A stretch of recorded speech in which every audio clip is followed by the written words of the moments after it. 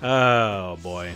So, welcome to another wonderful Guild War event fight against a rando Chinese guild, which is going to beat the ever-loving shit out of us.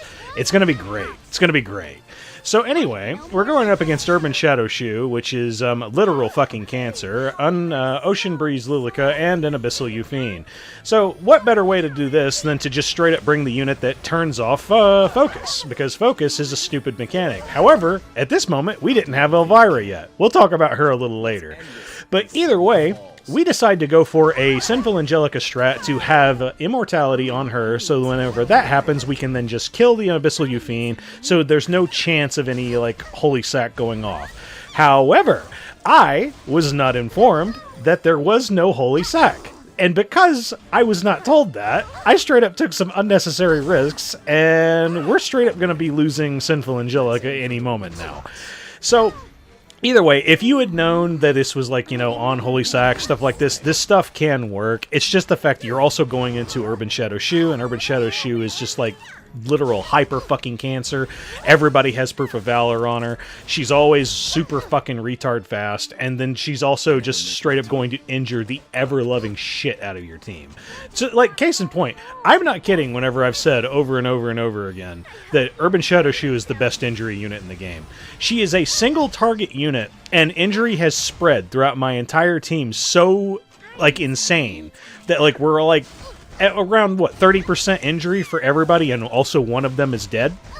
That's kind of fucking insane. And the way in which they did that is they straight up just gave her, like, you know, the OG Elena buffs, where whenever she attacks an injured unit with a certain attack, then she does damage proportional to the amount of injuries that she does. And, you know, this wouldn't be such a big fucking problem if we had, oh fuck, I don't know, a goddamn counter to injury? But, yeah, we don't have that. So, whatever. We'll just fucking deal with it. So, either way, we had an unnecessary loss on Sinful Angelica. It does work. And, of course, if I had Elvira with me, Elvira would straight up, like, kind of destroy this. But like I said, we'll talk about that again later. Thanks, Watcher Schuri, for your death pinning nonsense.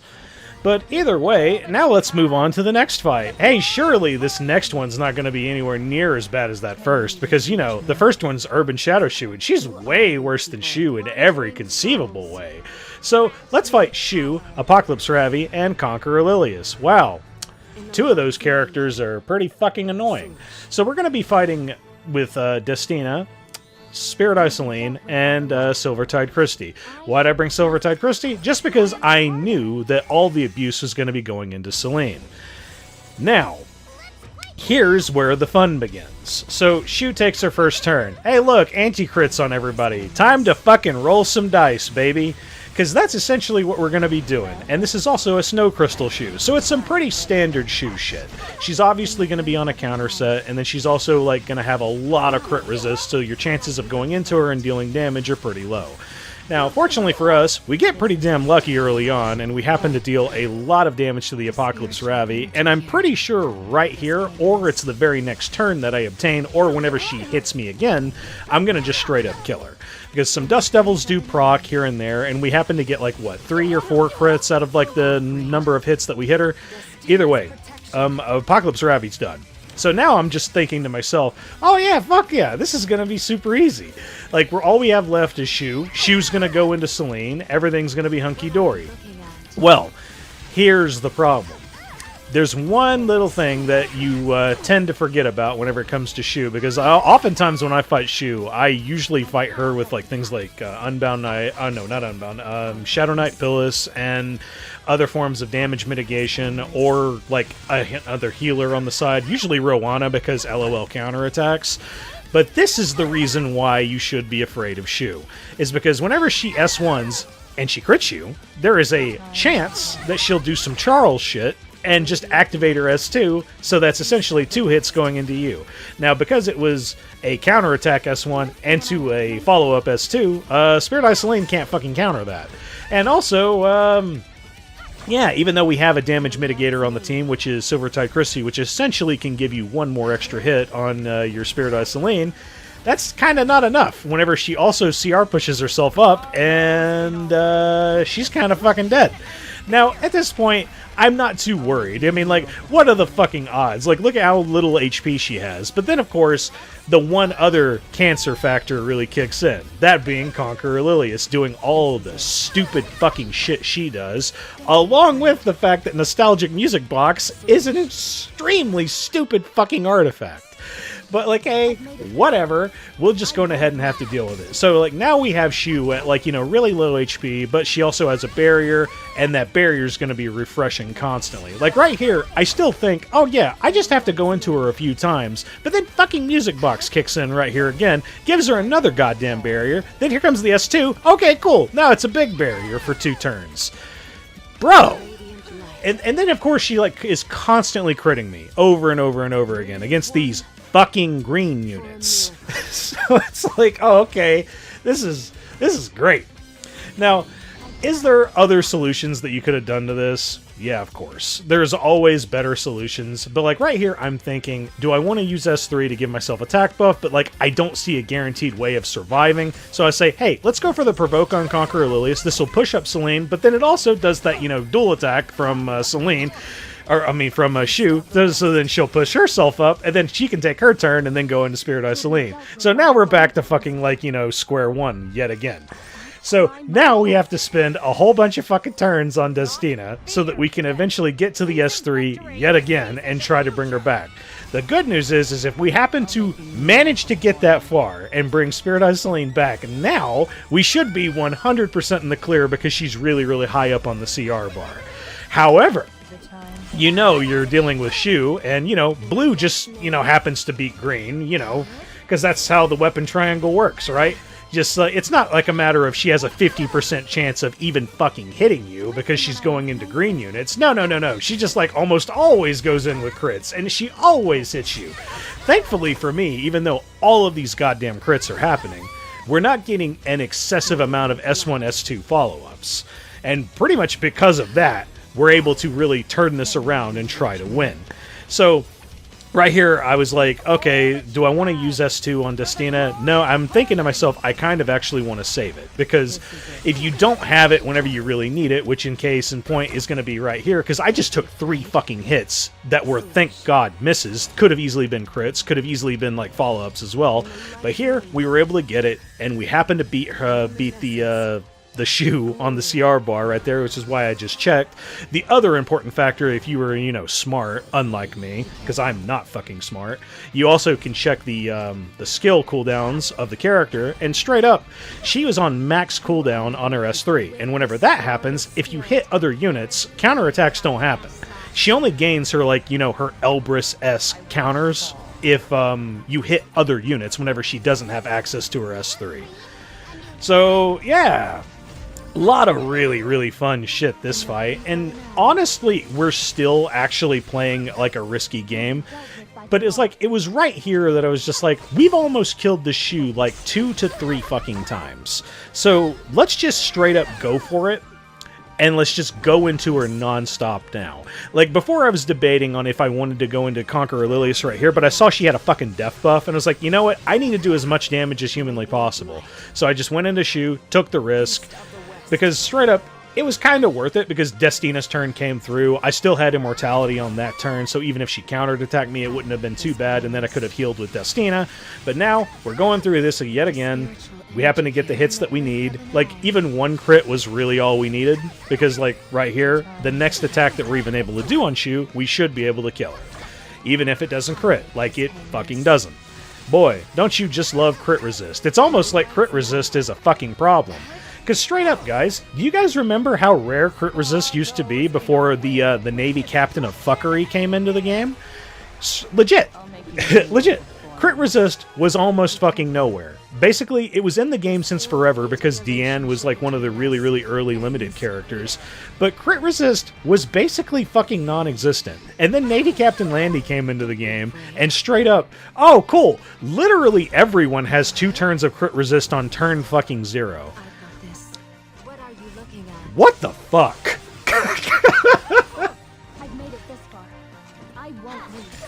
But yeah.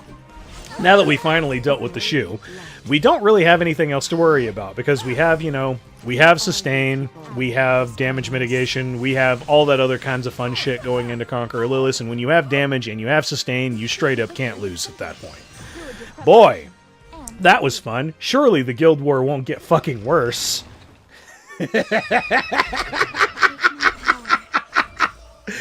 So, basically, now we're going into some straight up def shit that I just straight up didn't even want to do. So, basically, I could have fought this with things like, Huayang. Huayang actually would fight this extremely well. Except for the mere fact that ae-KARINA is there. And ae-KARINA basically just eats Huayang for free. So, because we're going into just nothing but def scaling units, and I didn't really feel like bringing out Watcher Schuri, because with that, I would, I would be able to deal with it, but then there's also the fact that, Ahmed's there, so I'm dealing with fucking skill null and shit. So I'm just like, you know what? Fuck it. I want to make this team suffer. So let's bring out Death Dealer Ray, and then we're just going to debuff this team to death. Because, LOL injury. Can't fucking do shit about it. And we have 2 units on the team that can also sleep. 3, technically, if Moon Bunny happens to get any luck on her side. Which I think we do get a few, lucky ones here and there. But, doesn't really happen too much. But either way, Death Dealer Ray's here, basically to keep the Alencia and the ae-KARINA in check. And then we also have Shara here, basically to be the tank for the ae-KARINA, because ae-KARINA is a stupid fucking bitch, and she does way too much goddamn damage. But also just the fact that she also has a sleep on her S3, as well as a health redistribution on her S2, as well as a barrier on the S2, and then we also have barriers on the Moon Bunny as well. Basically, yeah, we're going into this with 3 fucking healers, and the only reason it can even work is because Death Dealer Ray's overtuned as fuck. Well, actually, no, it's not just Death Dealer Ray being overtuned. It's the fact that injury literally has no counter. Injury is one of the best ways to play, period. Especially, for him. Just no joke. After you just get a few turns in of some injury just cycling, then you just start using S1s and you're just dealing massive amounts of damage to the characters in general. And straight up, we also have some forms of skill nulls as well, because the Ahmed's fast. You don't expect an Ahmed to be slow. So she's going to get off some skill nulls, and that's extra turn procs, then proc your Moon Bunny, and then you straight up have, immunity, and you also have skill nulls. And then you also have your S3, which is powered by Doctor's Bag, so you can give yourself at least a little bit of a baby heal, and it kind of does work. Now, the only thing that does still feel kind of scary is going into Alencia, because, you never know what kind of damage that you're really running into when it comes to Alencia. This one happens to be on an injury set. The way in which you can tell is on the opening turn. If her S3 deals injury, then bam, that's how you know. But either way, thankfully, thanks to the marvelous power of control, something that SG still hasn't really done anything about, just how fucking absurdly powerful how absurdly fucking powerful effectiveness-based characters are, where literally the only counterplay to it is flipping a fucking coin and 15% of the time shit just doesn't work. That's basically the only actual counterplay to control, and it's the only reason why it hasn't seen dominant play in, the overall meta. But, this is where we're being overloaded with really, really oppressive debuffs. And as well as, with Death Dealer Ray, I currently have him on Guardian Ice Crystals, but I've actually been thinking about perhaps putting him on, things like Rod of Em or Lilias, because right here is where I'm really starting to notice, goddamn, I use S2 and S3 a lot with him. And it's just a lot of extra, attacks, or just non-attack skills that you're able to do to just flush the enemy out. And I was just wondering, maybe that might actually have more value than Guardian Ice Crystals? I don't really know, but a lot of the times whenever I use Death Dealer Ray into a Guild War format, sometimes I go in with Triple Soul Weaver, and it's not because it's it's a meme or whatever, it's just because Death Dealer Ray has non-existent healing ability, and then a lot of the other Venom-based characters like Shuri don't have any kind of healing ability. You have to give them artifacts to make them fucking work. But, whatever. And I've also thought about maybe doing Death Dealer Ray with like other injury-based characters like Elena and stuff like that, but I just haven't really seen a good opportunity to really do it, because a lot of the time whenever I'm using Death Dealer Ray, it's usually against things like ae-KARINA, because ae-KARINA is annoying as fuck. Because you probably have also noticed a few times whenever I'm dealing damage to these units, I'm paying very, very close attention to like what their HP values are, and also if they are asleep. Because like the big thing you don't want ae-KARINA to ever do is you don't want her S2 to proc whenever she's awake, because then she'll give herself death buff and a barrier to the entire fucking team whenever that sucker procs, and it's usually a pretty good idea to avoid that. Oh, good. My favorite fucking character ran. What could possibly go wrong? Well, basically, I'll go ahead and I'll tell you guys straight right now. You know what, like, I actually did wrong throughout this entire fight? It was because I got greedy. So, we don't actually have any good options for a light-based healer that can give attack buff to the team. Literally the only units that can even do that are Blaze Dingo, Maid Chloe, Elson, and there was one more. I can't remember right off the top of my head. But basically, they're not effective in terms of like actually tanking hits from a dark unit. So if instead of bringing Maid Chloe, I just straight up brought Magic Scholar Doris, this shit would have been free. 100%.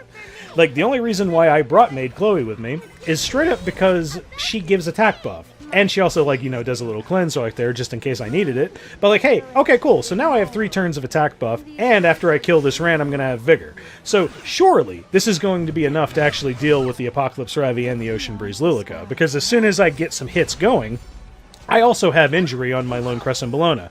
So we should be 100% good to go.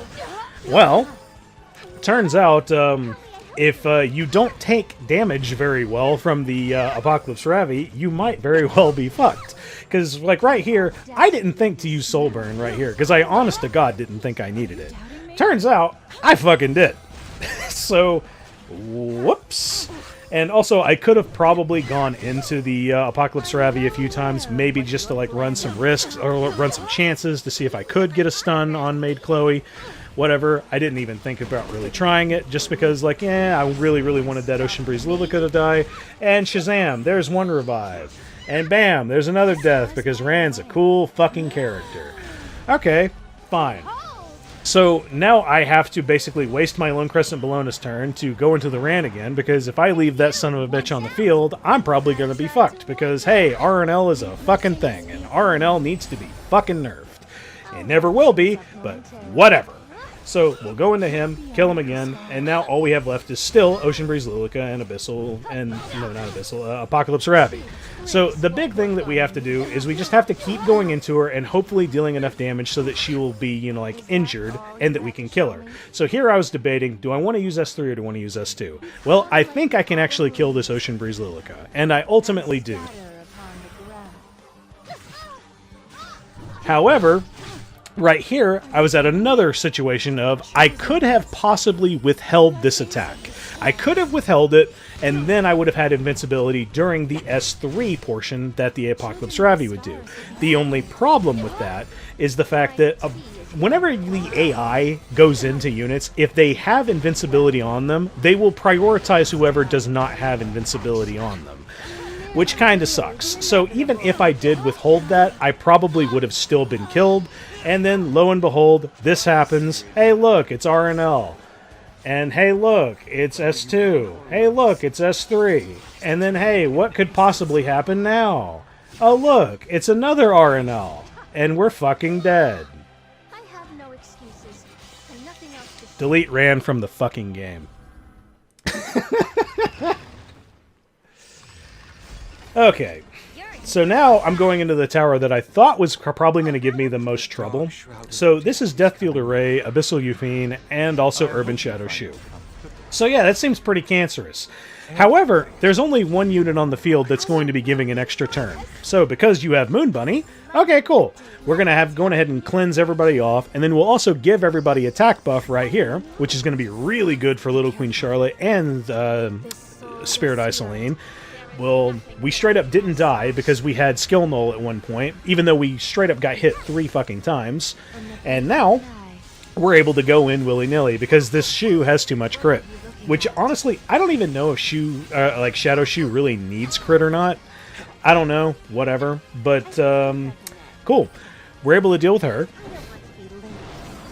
Now, we're able to go into the Abyssal Yufine with our little Queen Charlotte. This absolutely should fucking kill. If it doesn't, holy fuck. But, I was debating maybe I should have gone into Death Dealer Ray, because now that I have Spirit Eye Celine on the field, we straight up should always win against a Spirit Eye Celine. I mean, against an Abyssal Yufine with a Spirit Eye Celine. But either way, we killed her once, and then we'll Dust Devil proc, attack her 2 more times because she attacked us. Shazam! Cool, that's 2 deaths. Yay! Light meta forever. And just to round things off, let's go ahead and end this son of a bitch with Tried and True. We'll bring ourselves a green Iseria, a Destina, and a Dark Corvus. Now, the big thing that's probably annoying about this, because there's a very, very easy solution to this as well. I'm normally just following the in the footsteps of some of my guild members whenever they do this, because a lot of, like, everybody usually brings this team, which is Dark Corvus, Iseria, and Destina. But if you really, really want to be safe about it, you could straight up replace Iseria with, like, say, Rowana, for example, and then you're just straight up, like, they're just not going to fucking kill you. And the Landy's going to go so fucking hard into your Dark Corvus. You're going to have your Devil's Descent constantly. Then you can do shit like going into the Arowell first. Because straight up, guess what happened right there? We didn't kill because of Escort. And boy, howdy, do I love double-digit HP anytime I'm fucking trying to kill something. Because, like, anytime you hit, like, double-digit, that's where you just know, like, wow. This is like the difference of, like, say, a few points of attack on your gear, or maybe even like a Mulligora. And you just kind of feel really sad. But either way, I will stay by your side. we got really, really fucked by bad luck there, and now we have to deal with a little bit of RNG, and hopefully the Navy Captain Landy doesn't go absolutely crazy on us. Because we're not rocking, say, oh, I don't know, Rowana on the field with us, we're rocking just Destina, and just Destina as a healer without, like, proper damage mitigation is actually kind of scary. However, thankfully for us, we're able to turn cycle around just enough. Now we can just straight up go into the Navy Captain Landy, and woo! We're fucking good. So, now that she's gone, essentially you have, like, what? Some annoying-ass healer on the side that can't really heal effectively, and a damage mitigator on the bottom. And those 2 units straight up can't win. So, this actually goes on for, like, a fairly little bit of time, because this whole team that I'm fighting is tanky as fuck. To those of you who saw that Navy Captain Landy was rocking, like, what, 21,000 HP? Usually the number that you're expecting for a Navy Captain is, like, anywhere 18k plus. And, like, the really top tier ones are in the 20s. And this one was, like, at 21. So it could have very well not had as much damage as they usually have. You never know. But either way, that was a really, really strong and really tanky Navy Captain Landy. And then also this Ocean Breeze Luluca is like at, what, 17k or 18k HP? It was something like that. And then the Unbound Knight Arowell is a typical Unbound Knight Arowell. So it actually takes us a little bit of time to really get going into this team to kill it. Because straight up, I get my turn right here with Dark Corvus to go. And we soul burn, we go into it because of LOL barrier that just so happened to be on her. This doesn't fucking kill. Like, look at that shit. I think that was the difference of the barrier. So if straight up a barrier wasn't there, we would have been fine. So basically, I'm going to do you all a favor, and the moment whenever we get our next Dark Corvus S3, we're going to go ahead and we're just going to fast forward through it a little bit, because it's actually kind of fun to edit Dark Corvus S3s all together because they're so similar. But yeah, that's the only reason why I kind of left all this in. That, and I also really, really like the song, so like, hey, we'll go ahead and we'll just let it play out. But either way, one other thing that you can do is, now that the character is out, Elvira, who is the only fucking character in the game that can innately fight fucking fighting spirit, Yeah, I know Penelope exists. Penelope's not the same as Elvira. But, like, now that you have Elvira, you could just straight up throw Elvira on here, and then Navy Captain does literally fucking nothing. However, there's currently a little bit of a problem with Elvira, and, we'll talk about it in just a moment.